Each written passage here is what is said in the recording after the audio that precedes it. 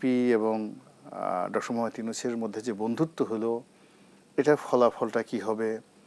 তারপরে জামাত এনসিপি আসলে শেষ পর্যন্ত কি করবে? তারা কি ডক্টর মোহাম্মদ ইউনূসের সঙ্গে অভিমান করে আলাদা হয়ে যাবে কিনা?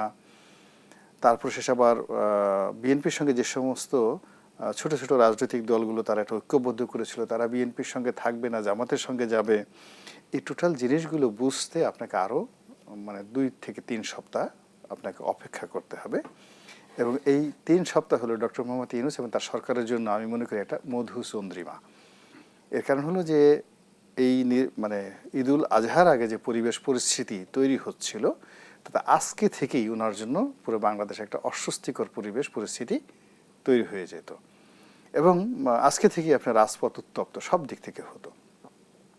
তো সেই দিক থেকে ইংল্যান্ডে তারেক রহমান সাহেবের সঙ্গে মানে বৈঠকের পরে ওনার জীবনে একটা স্বস্তির বসন্তের বাতাস এসেছে।